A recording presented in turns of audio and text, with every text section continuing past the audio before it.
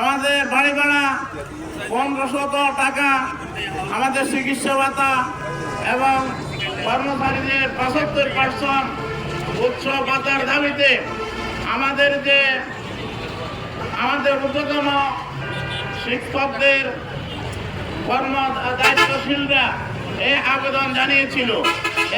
যদি মানে নেওয়া হয়, আগামীতে এই আন্দোলন 45% বাড়ি ভাড়া নিয়েই আমাদের শেষ পর্যন্ত আমরা সকল স্তরের জনগণকে নিয়ে আমরা আমাদের শিক্ষক জাতীয়করণ এক দফা এক দাবি চলবে। আমাদের কথা নামতে বাধ্য হয়েছি।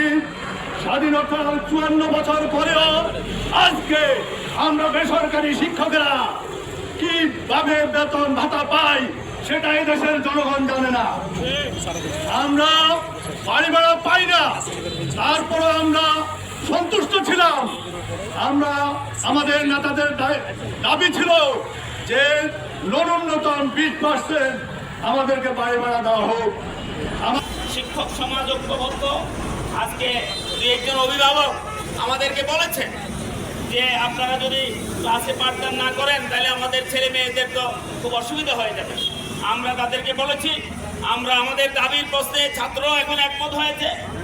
ছাত্রদের যে পরিমাণ ক্ষতি হবে আমরা ইনশাআল্লাহ অতিরিক্ত ক্লাস দিয়ে আপনাদের সন্তানদের যেই ক্ষতি এটা আমরা ইনশাআল্লাহ পোষায় দেওয়া